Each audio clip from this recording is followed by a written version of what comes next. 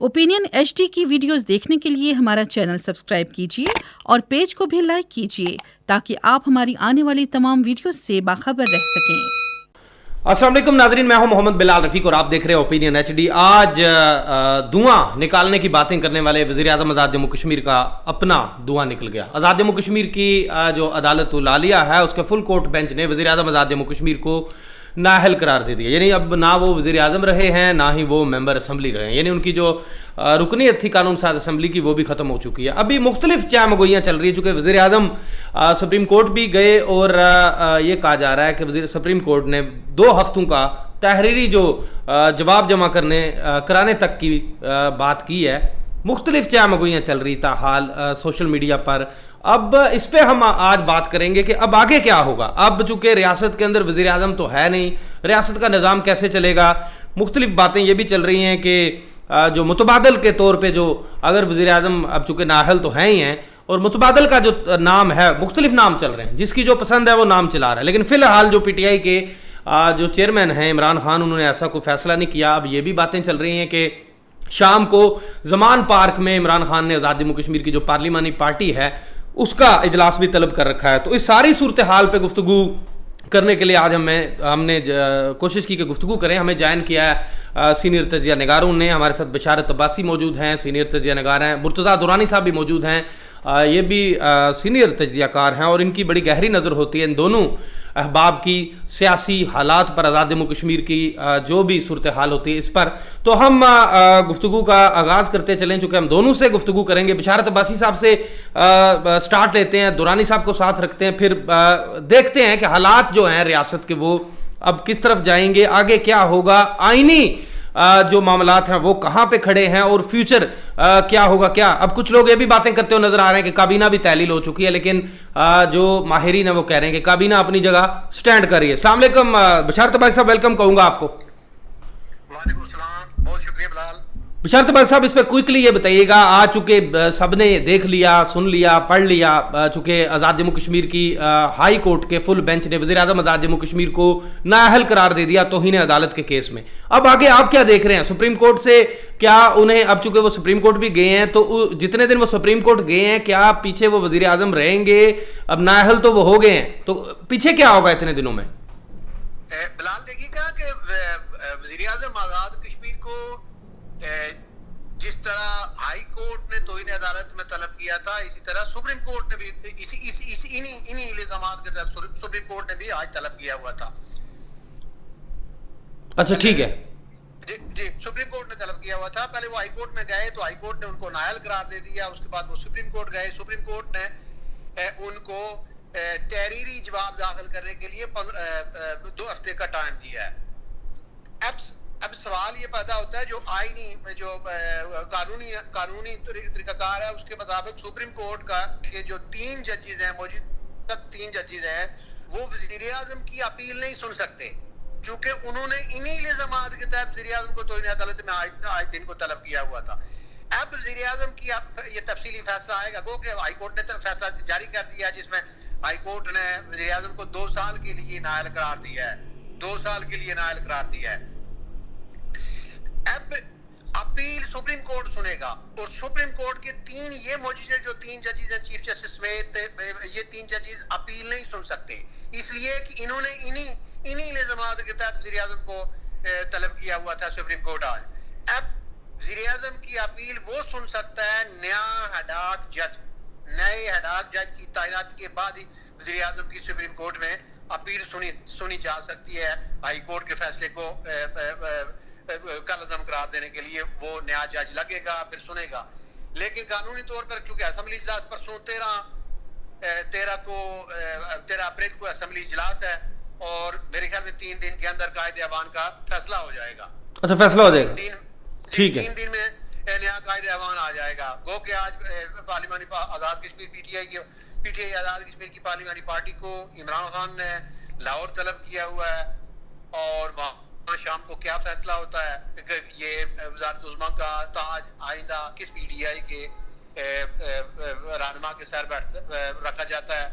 लेकिन ये चीज़ें अभी बाधा होनी बाकी हैं। लेकिन जो कानूनी तरीकाकार है, कानूनी तरीकाकार के मुताबिक सुप्रीम कोर्ट के मौजूदा 3 जजेस जो हैं वो वज़ीर आज़म की अपील नहीं सुन सकते। सकते। नया एडहॉक जज लगेगा, वो अपील सुनेगा, क्योंकि इन्हीं 3 जजेस ने जो सुप्रीम कोर्ट के मौजूदा 3 जजेस साहबान हैं, इन्होंने इसी इल्जाम के तहत वज़ीर आज़म को तलब किया हुआ था, जिस इल्जाम ठीक है तौहीन अदालत में हाई कोर्ट ने उनको नाअहल करार दिया। बशारत भाई साहब हमारे साथ रहिएगा। मैं मुर्तज़ा दुरानी साहब से बात करता हूँ अब इस सूरत हाल को वो किस नज़र से देखते हैं। जी दुरानी साहब, आपको भी खुशामदीद कहता हूँ। आप अब क्या देख रहे हैं सारी सूरत हाल को, किस तरह से आप देख रहे हैं? अब क्या जितने दिन वज़ीर का नए कायदे-ए-वान का इंतखाब नहीं होता है तब तक क्या होगा? जी बिलाल रफीक साहब बहुत शुक्रिया। ये असल में इसमें अभी तो दाम तो कोई नहीं रहा, क्योंकि प्राइम मिनिस्टर नायल हो चुके हैं। Prime minister office is vacant now. वज़ीर आज़म का जो ऑफिस है इस वक्त खाली है। तो आइन जो एक्ट 74 है उसकी 17 जो है उसकी 17 शिक नंबर 17 नंबर शिक के तहत जो उसकी पहली शिक नंबर 17(1) के तहत ये है कि प्राइम मिनिस्टर की अगर मौत वाक़या हो जाती है या प्राइम मिनिस्टर किसी भी वजह से अपने ऑफिस से फारग हो जाता है और prime minister office becoming vacant by reason of his ceasing to be a member of the assembly, तो the most senior minister for the time being shall be called by the president to perform the functions of the prime minister till the next prime minister coming.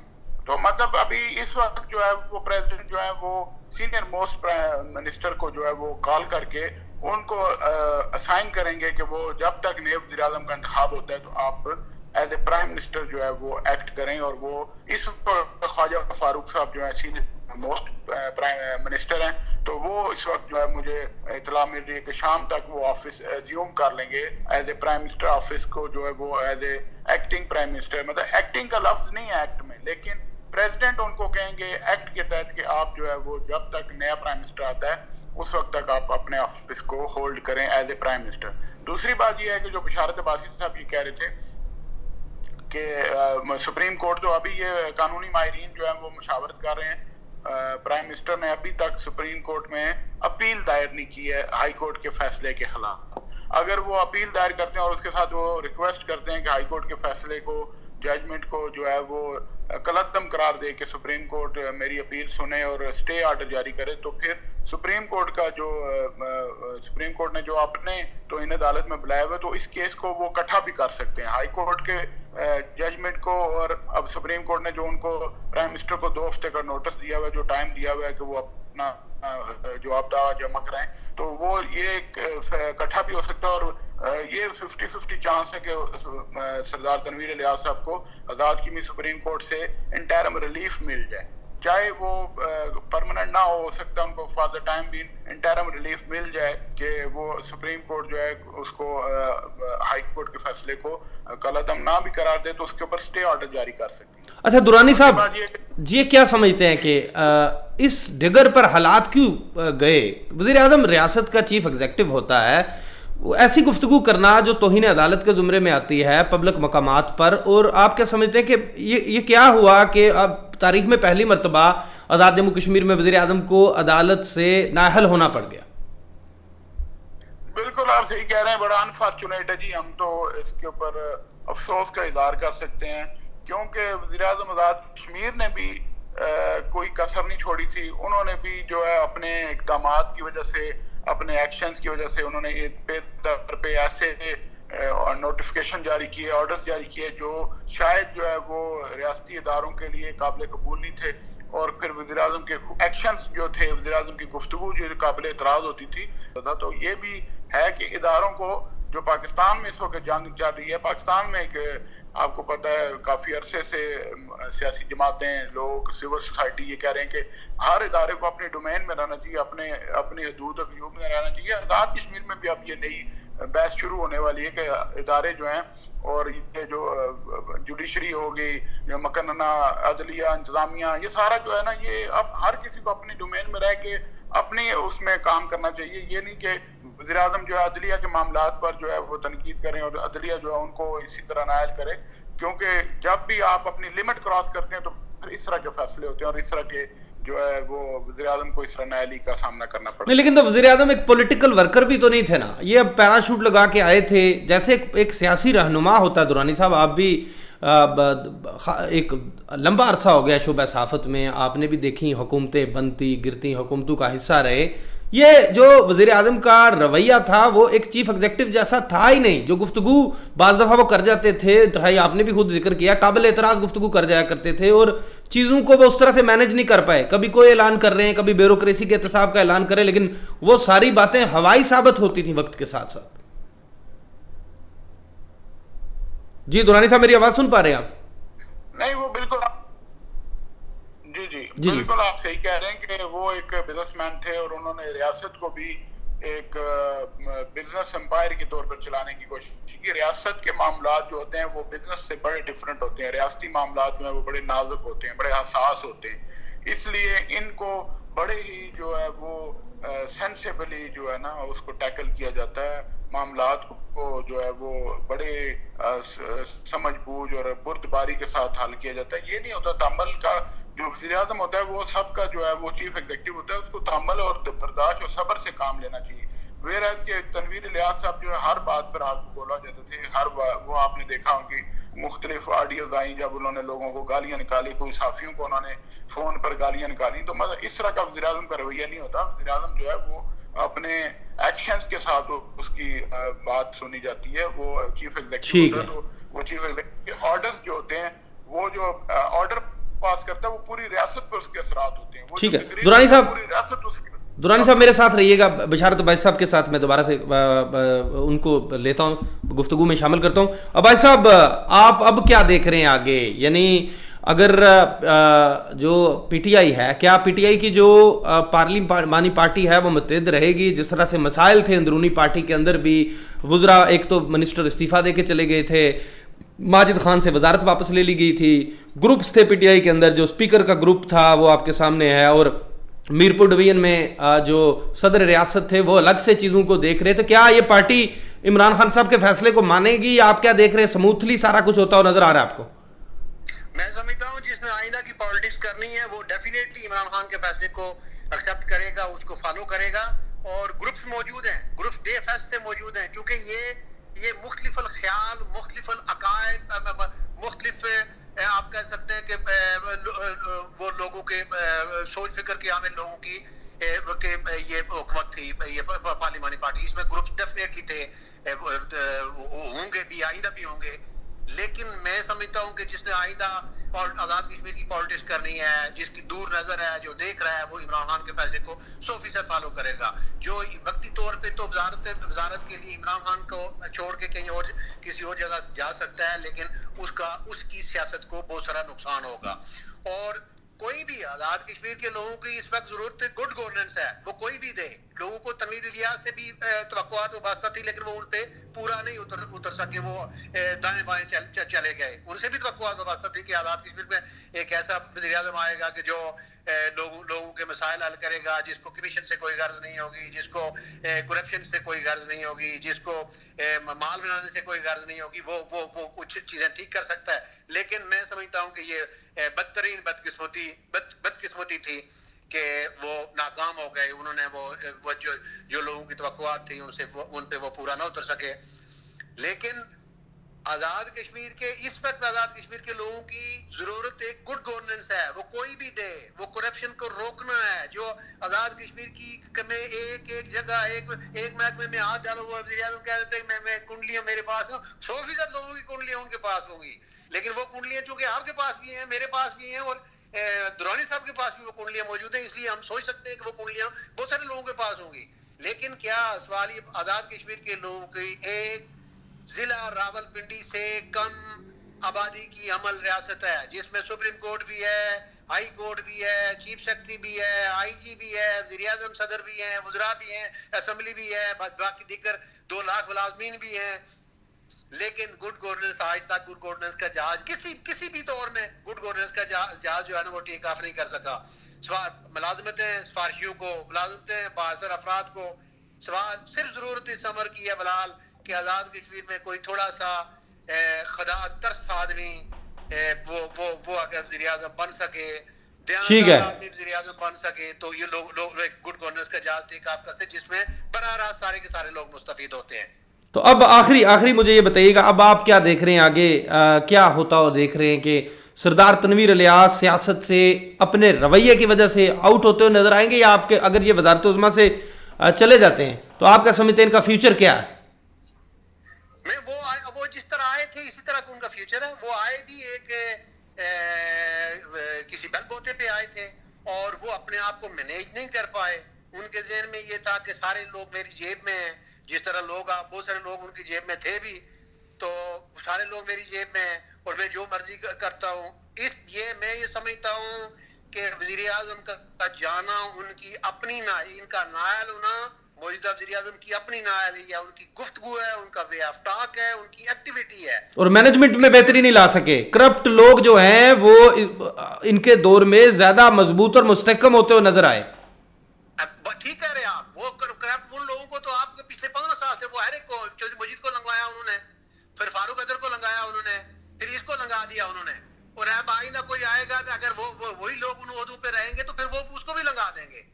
तो इसलिए वज़ीर आज़म तनवीर इलियास साहब गैर सियासी आदमी थे, उन्होंने कहीं सियासी तरबियत नहीं ली, वो सियासी तरबियत याफ्ता आदमी नहीं थे, अच्छे आदमी थे, पैसे के बलबूते पे आए, लेकिन आगे जो है वो चीजें मैनेज ही नहीं कर पाए।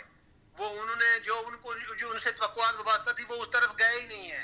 वो फिर उनकी लैंग्वेज, वे ऑफ टॉक, एक जगह गालियां निकालना, एक जगह लोगों के साथ बदज़बानी कर देना, ये प्राइम मिनिस्टर के, मैं समझता प्राइम मिनिस्टर के किसी के भी शान या उसके नहीं है, लेकिन वज़ीर आज़म ने किसी ने वज़ीर आज़म को नहीं मारा। ये खुद अपने वज़ीर आज़म अपनी जो जी वज़ीर आज़म सरदार तनवीर इलियास ने अपने पांव, अपने बाजू खुद काटे हैं। दूसरा बदतरीन अलमिया यह था कि उनके इर्द गिर्द सिवाय एक या दो बासलाहियत लोगों को छोड़ के कोई आदमी ऐसा नहीं था जो पॉलिटिकल विजन रखता हो, जो कोई ऐसा आदमी नहीं था जो दूर देख सकता हो, कोई ऐसा आदमी नहीं था कि जो सिंसियर हो किसी चीज को ठीक करने के लिए। वाह नहीं होती जब आप किसी शख्सियत के साथ होते हैं, सिंसियर होते हैं, तो वो अगर गलत कर रहा है तो वो आप बताना चाहिए। नहीं, ये भी होता रहा ना। बशारत अब्बासी साहब वज़ीर आज़म के साथ तो कोई भी रेगुलर नहीं रहा। जो लोग लॉन्च करने वाले थे वो ना रहे, जो उस वक्त साथी थे वो ना रहे, स्पीकर और ये दोनों इकट्ठे थे, आपस में नाराजगी हो गई। यानी वज़ीर आज़म किसी चीज में मुस्तकम यानी ताल्लुकात में भी नजर नहीं आए ना। जो लोग उनको मशवरे देते थे, जिन्होंने लॉन्चिंग में किरदार अदा किया, वो इन्होंने उठा के बाहर फेंक दिए। जिस पे दिल आता था उसको साथ रखते थे। इसी तरह आप पूरा इनका अरसा इख्तिदार देख लीजिए, या जितना अरसा इन्होंने सियासत की है, कोई बंदा इनके साथ मुस्तकिल नहीं चल सका। इट्स मीन कि तमाम लोगों के अंदर प्रॉब्लम तो नहीं था ना। बात ये है कि वज़ीर ऐसा भी हो सकता है ना, बाज़ औक़ात ऐसा हो सकता है कि वज़ीर आज़म को जो वज़ीर आज़म ने जो आदमी अपने साथ रखा उससे वज़ीर आज़म की तवक्कुआत वाबस्ता हूं, वो उनकी तवक्कुआत में पूरा ना उतर सके तो वज़ीर आज़म का स्वाभाविक इख्तियार है कि वो उसको किनारे कर दे। लेकिन मैं समझता हूं कि वज़ीर आज़म बिल्कुल आप ठीक कह रहे हैं कि जो वज़ीर आज़म के साथ जो लोग इब्तदाई तौर पे थे उनको उन्होंने किनारे किया, फिर दूसरे को किया, फिर तीसरे को किया, अभी चौथी जो है ना वो क्यों चल रही थी। तो इसलिए कोई भी वज़ीर आज़म के साथ होना कोई बड़ी बात नहीं है। वज़ीर आज़म को स्टेबल करना, उसके साथ चलना, उसके साथ सिंसियरिटी मैं समझता हूँ असल चीज है किसी भी पर्सनालिटी के साथ। याद रखो कि बहुत सारी जगहों पे जो है ना वो काबिल एतबार ही कातिल एतबार होते हैं। ठीक है, बहुत बहुत शुक्रिया बशारत अब्बासी साहब। अब चूंकि हालात देखते हैं ज़मान पार्क में क्या होता है, उसके बाद ओपोजिशन जमातें, आप अब आखिरी सवाल कर लूंगा फिर कि ओपोजिशन क्या समझ रहे हैं। पीपल्स पार्टी की बातें चल रही हैं कि पाकिस्तान पीपल्स पार्टी और मुत्तहदा अपोजिशन के साथ मिलकर अपना जो कायदे वान है वो भी लेके आ सकते हैं। बिल्कुल लेके आ सकती है, क्योंकि ये काफी दिनों से 6 मंथ से ये अंडर प्रोसेस है ये बात कि पीपल्स पार्टी का प्राइम मिनिस्टर होगा, नून लीग उसके साथ होगी। गो के नून लीग के भी एक या दो लोगों ने कोशिश की कि हमें वज़ीर आज़म, लेकिन वो नहीं, चूंकि वो चीजें इस तरह की थी कि वो नहीं हो सकता। पीपल्स पार्टी अपोजिशन में पीपल्स पार्टी की पार्लियामेंटी पार्टी की काफी अक्सरियत है, नून लीग दूसरे नंबर पे है, इसलिए वो सारे मिला के हुसैन इब्राहिम को मिला के 20 लोग बनते हैं। तो अब अपोजिशन को अपना वज़ीर आज़म बनाने के लिए 7 लोग चाहिए, 7 मेंबर असेंबली चाहिए। ज़ाहिर है वो 7 लोग पीटीआई से होंगे। ठीक है, मैं इस एट द मोमेंट इस मरहले पे मैं शायद ये समझता हूँ कि पीटीआई अपने अपने अपनी अपनी पार्टी के साथ ही पीटीआई के लोग खड़े रहें, वो किसी दूसरी जगह ना जाएं। अच्छा ये बताइए, अगर इमरान खान का फैसला आ जाता है ये जो पार्लिमानी पार्टी का, आपको ये नहीं महसूस होता कि अगर इमरान खान ने दोबारा से फैसला देना है आज़ाद कश्मीर के लिए, कायद ऐवान के लिए, तो वो अब्दुल क़य्यूम खान नियाजी का दे सकते हैं? उनमें कैंडिडेट है ना, चौधरी अनवार अल्लाह के हैं, अजहर सादक हैं, क़य्यूम नियाजी साहब हैं, माजिद खान साहब हैं, ये 4 लोग तो हैं ना, सरेआम हैं। लेकिन क्या इमरान खान, मैं समझता हूँ कि इमरान खान को आज़ाद कश्मीर में पीटीआई आज़ाद कश्मीर जो है वो इमरान खान के कोई भी फैसला इमरान खान करेंगे वो उनके फैसले को हर सूरत में फॉलो करेगी। तो बहुत बहुत शुक्रिया बिशारत अब्बासी साहब, आपका बहुत शुक्रिया। इमरान खान जो है वो जो भी फैसला करेंगे वो पीटीआई आज़ाद जम्मू कश्मीर फॉलो करेगी। ये वज़ीर आज़म आज़ाद कश्मीर का जो रवैया था, गुफ्तगू थी, और जो उनका तर्ज सियासत, तर्ज हुक्मरानी था, वो उन्हें ले डूबा है। पब्लिक मकामात पर मोअज़्ज़ज़ अदालत के लिए जो गुफ्तगू वो किया करते थे, मीडिया टॉक्स में किया करते थे, उसका जो खुमियाजा है वो उन्होंने आज नाअहली की सूरत में भुगत लिया। अब आगे देखिए क्या होता है। इसी के साथ मुझे नए वीडियो तक के लिए दीजिए इजाज़त।